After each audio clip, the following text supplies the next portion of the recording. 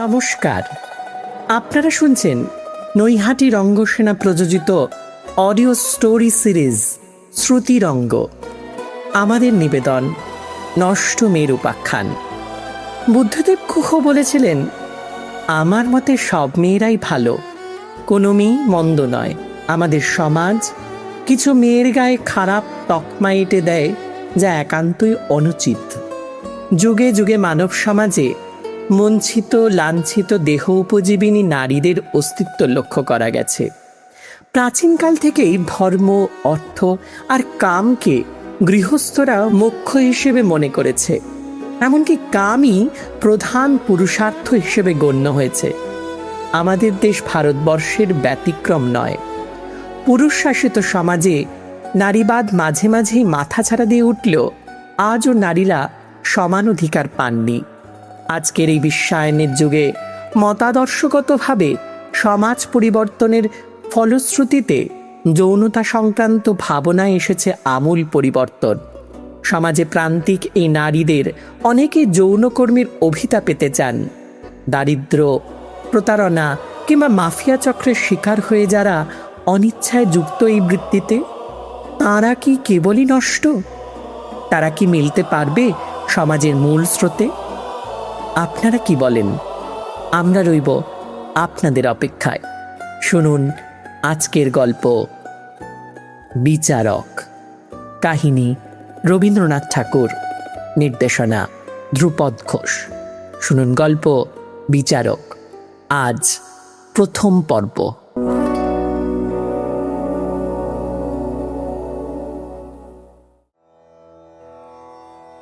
অনেক অবস্থান্তরের পর অবশেষে গত যৌবনা ক্ষীরোদা যে পুরুষের আশ্রয়প্রাপ্ত হইয়াছিল, সেও তাহাকে জীর্ণ বস্ত্রের ন্যায় পরিত্যাগ করিয়া গেল। তখন অন্নমুষ্টির জন্য দ্বিতীয় আশ্রয় অন্বেষণের চেষ্টা করিতে তাহার অত্যন্ত ধিক্কার বোধ হইল। যৌবনের শেষে শুভ্র শরৎকালের ন্যায় একটি গভীর প্রশান্ত প্রগাঢ় সুন্দর বয়স আসে, যখন জীবনের ফল ফলিবার এবং শস্য পাকিবার সময়। তখন আর উদ্দাম যৌবনের বসন্ত চঞ্চলতা শোভা পায় না।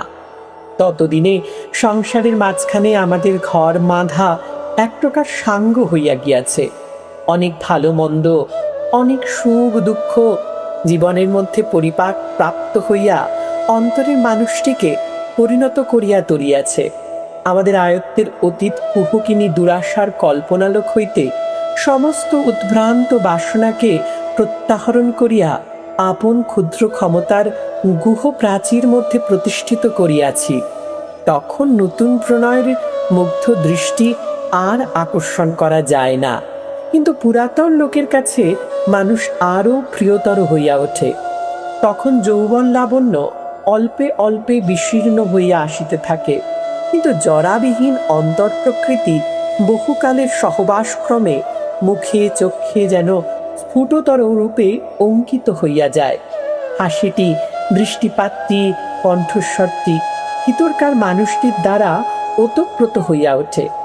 যাহা কিছু পাই নাই তাহার আশা ছাড়িয়া যাহারা ত্যাগ করিয়া গিয়াছে, তাহাদের জন্য শোক সমাপ্ত করিয়া, যাহারা বঞ্চনা করিয়াছে তাহাদিগকে ক্ষমা করিয়া, যাহারা কাছে আসিয়াছে, ভালোবাসিয়াছে, সংসারের সমস্ত ঝড় ঝঞ্ঝা শোক তাপ বিচ্ছেদের মধ্যে যে কটি প্রাণী নিকটে অবশিষ্ট রহিয়াছে, তাহাদিগকে বুকের কাছে টানিয়া লইয়া সুনিশ্চিত সুপরীক্ষিত চির পরিচিতগণের প্রীতি পরিবেষ্টনের মধ্যে নিরাপদ নীড় রচনা করিয়া তাহারই মধ্যে সমস্ত চেষ্টার অবসান এবং সমস্ত আকাঙ্ক্ষার পরিতৃপ্তি লাভ করা যায়। যৌবনের সেই স্নিগ্ধ সায়ান্নে, জীবনের সেই শান্তি পর্বেও যাহাকে নতুন সঞ্চয়, নতুন পরিচয়, নতুন বন্ধনের বৃথা আশ্বাসে, নতুন চেষ্টায় ধাবিত হইতে হয়, তখনও যাহার বিশ্রামের জন্য শয্যা রচিত হয় নাই, যাহার গৃহ প্রত্যাবর্তনের জন্য সন্ধ্যা দ্বীপ প্রজ্বলিত হয় নাই, সংসারে তাহার মতো শোচনীয় আর কেহ নাই।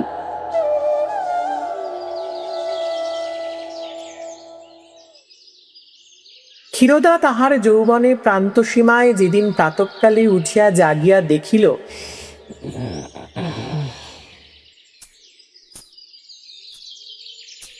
হায় ঈশ্বর, এ কি সর্বনাশ হলো আমার!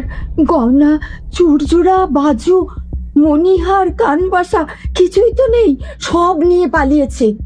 নির্বংশ হবি শয়তান! এখন আমি কি করি? আমি এখন কি করি? দাঁড়া বাপ, দাঁড়া, আর কাঁদিস নে। এই তো তোর জন্য দুধ আনতে যাই। সোনামানি, ছোলা ছেলে, এই তো তোকে খেতে দি। এ কি, আমার বটুয়া, আমার সারা মাসের সঞ্চয় সেও নিয়ে পালিয়েছে, হতভাগা! 3 বৎসরের শিশুপুত্রটিকেও দুধ আনিয়া খাওয়াইবে এমন সঙ্গতি নাই। তখন সে ভাবিয়া দেখিল তাহার জীবনের 38 বৎসরে সে একটি লোককেও আপনার করিতে পারে নাই। একটি ঘরের প্রান্তেও বাঁচিবার ও মরিবার অধিকার প্রাপ্ত হয় নাই। যখন তাহার মনে পড়িল আবার আজ অশ্রুজল মুছিয়া 2 চক্ষে অঞ্জন করিতে হইবে, অধরে ও কপালে অলক্ত রাগ চিত্রিত করিতে হইবে, জীর্ণ যৌবনকে বিচিত্র ছলনায় আচ্ছন্ন করিয়া হাস্যমুখে অসীম ধৈর্য সহকারে নতুন হৃদয় হরণের জন্য নতুন মায়াপাশ বিস্তার করিতে হইবে, তখন সে ঘরের দ্বার রুদ্ধ করিয়া ভূমিতে লুটাইয়া বারংবার কঠিন মেঝের উপর মাথা খুঁড়িতে লাগিল। সমস্ত দিন অনাহারে মুমূর্ষুর মতো পড়িয়া রহিল। সন্ধ্যা হইয়া আসিল। দীপহীন গৃহকোণে অন্ধকার ঘনীভূত হইতে লাগিল। দৈবক্রমে একজন পুরাতন প্রণয়ী আসিয়া ক্ষীর ক্ষীর শব্দে দ্বারে করাঘাত করিতে লাগিল।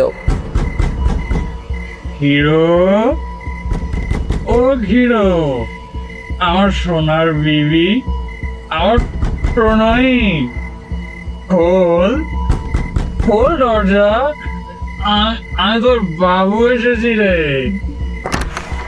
ঝেঁটিয়ে তোর বিষ ঝেড়ে দেবো, অনামুক ঘাটের মরা, সোহাগ দেখাচ্ছিস। ঝেঁটিয়ে তোর, এই বেরো বেরো বলছি, অনামুক আটকুড়ে মিনসে।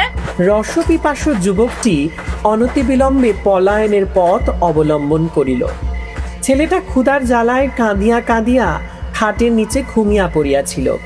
সেই গোলমালে জাগিয়া উঠিয়া অন্ধকারের মধ্য হইতে ভগ্নকাথর কণ্ঠে মা মা করিয়া কাঁদিতে লাগিল।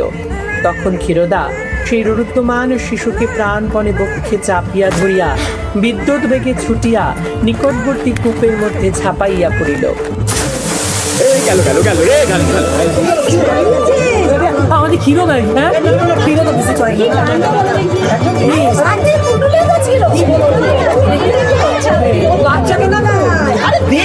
মনে হলো তুমি রাতকালে কি বলছো?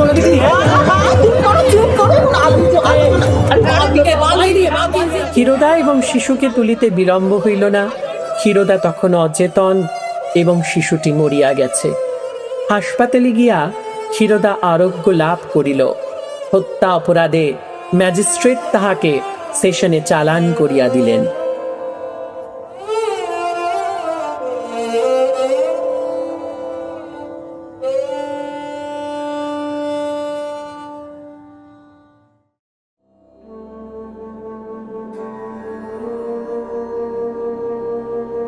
জজ মোহিতমোহন দত্ত স্ট্যাটুটরি সিভিলিয়ান।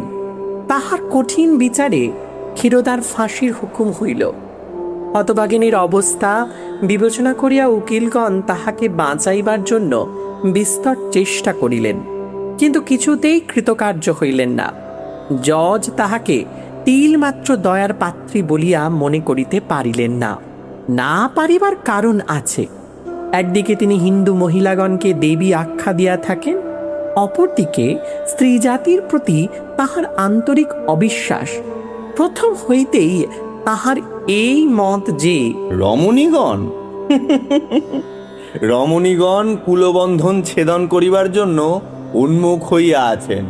শাসন তিলমাত্র শিথিল হইলে সমাজপিঞ্জরে একটি কুলনারীও অবশিষ্ট থাকবে না। তাহার এরূপ বিশ্বাসেরও কারণ আছে। সে কারণ জানিতে গেলে মোহিতের যৌবন ইতিহাসের কিয়দংশ আলোচনা করিতে হয়। মোহিত যখন কলেজে 2nd ইয়ারে পড়িতেন, তখন আকারে এবং আচারে এখনকার হইতে সম্পূর্ণ স্বতন্ত্র প্রকারের মানুষ ছিলেন। এখন মোহিতের সম্মুখে টাক, পশ্চাতে টিকি, মুন্ডিত মুখে প্রতিদিন প্রাতঃকালে খর ও ক্ষুরোধারে গুম্ফশ্রশ্রুর অঙ্কুর উচ্ছেদ হইয়া থাকে। কিন্তু তখন তিনি সোনায় চশমায়, গোঁফ দাড়িতে এবং সাহেবী ধরনের কেশবিন্যাসে ঊনবিংশ শতাব্দীর নতুন সংস্করণ কার্তিকটির মতো ছিলেন। বেশভূষায় বিশেষ মনোযোগ ছিল, মদ্যমাংস অরুচি ছিল না, এবং আনুষঙ্গিক আরও দুটো একটা উপসর্গ ছিল। অদূরে এক ঘর গৃহস্থ বাস করিত। তাহাদের হেমশশী বলিয়া এক বিধবা কন্যা ছিল। তাহার বয়স অধিক হইবে না, 14 হইতে 15 পড়িবে। সমুদ্র হইতে বনরাজি নীলা তটভূমি যেমন রমণীর স্বপ্নবৎ চিত্রবৎ মনে হয়, এমন তীরের উপর উঠিয়া হয় না। বৈধব্যের বেষ্টন অন্তরালে হেমশশীর সংসার হইতে যেটুকু দূরে পড়িয়াছিল, সেই দূরত্বের বিচ্ছেদবশত সংসারটা তাহার কাছে পরপারবর্তী পরম রহস্যময় প্রমোদ ভবনের মতো ঠেকিত। সে জানিত না এই জগৎ যন্ত্রটার কলকারখানা অত্যন্ত জটিল এবং লৌহ কঠিন, সুখে দুঃখে সম্পদে বিপদে সংশয়ে সংকটে ও নৈরাশ্যে পরিতাপ বিমিশ্রিত। তাহার মনে হইত সংসার যাত্রা কলনানদিনীর নির্ঝরিণীর স্বচ্ছ জলপ্রবাহের মতো সহজ। সম্মুখবর্তী সুন্দর পৃথিবীর সকল পথগুলি প্রশস্ত ও সরল। সুখ কেবল তাহার বাতায়নের বাহিরে এবং তৃপ্তিহীন আকাঙ্ক্ষা কেবল তাহার বক্ষর পঞ্জরবর্তী স্পন্দিত পরিতপ্ত কোমল হৃদয়টুকুর অভ্যন্তরে। বিশেষত তখন তাহার অন্তরবকাশের দূর দিগন্ত হইতে একটা যৌবন সমীরণ উচ্ছ্বসিত হইয়া বিশ্ব সংসারকে বিচিত্র বাসন্তী স্মৃতে বিভূষিত করিয়া দিয়াছিল। সমস্ত নীলাম্বর তাহার হৃদয় হিল্লোলে পূর্ণ হইয়া গিয়াছিল এবং পৃথিবী যেন তাহারই সুগন্ধ মর্মকোষের চতুর্দিকে রক্তপদ্মের কোমল পাপড়িগুলির মতো স্তরে স্তরে বিকশিত হইয়াছিল। ঘরে তাহার বাপ মা এবং 2টি ছোট ভাই ছাড়া আর কেহ ছিল না।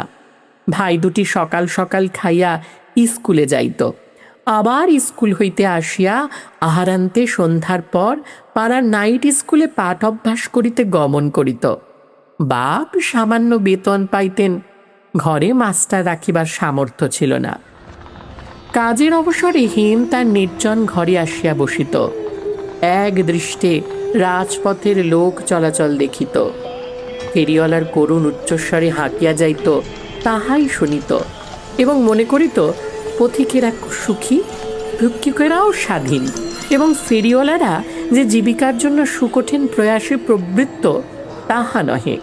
উহারা যেন এই লোক চলাচলের সুখ রঙ্গভূমিতে অন্যতম অভিনেতা মাত্র। আর সকালে বিকেলে সন্ধ্যাবেলায় পরিপাটি বেশধারী গর্বোদ্ধত স্ফীতবক্ষ মোহিতমোহনকে দেখিতে পাইত। দেখিয়া তাহাকে সর্বসৌভাগ্য সম্পন্ন পুরুষ শ্রেষ্ঠ মহেন্দ্রের মতো মনে হতো। মনে হইত ওই উন্নত মস্তক সুবেশ সুন্দর যুবকটির সব আছে এবং উহাকে সব দেওয়া যাইতে পারে। বালিকা যেমন পুতুলকে সজীব মানুষ করিয়া খেলা করে, বিধবা তেমনি মোহিতকে মনে মনে সকল প্রকার মহিমায় মণ্ডিত করিয়া তাহাকে দেবতা গড়িয়া খেলা করিত।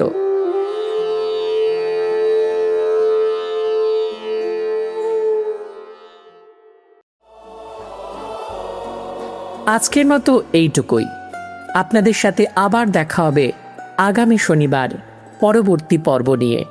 আপনারা শুনছেন নৈহাটি রঙ্গসেনা প্রযোজিত অডিও স্টোরি সিরিজ শ্রুতিরঙ্গ। আমাদের এবারের নিবেদন নষ্ট মেয়ের উপাখ্যান। Tata, bye bye. আবার দেখা হবে আগামী শনিবার পরবর্তী পর্ব নিয়ে।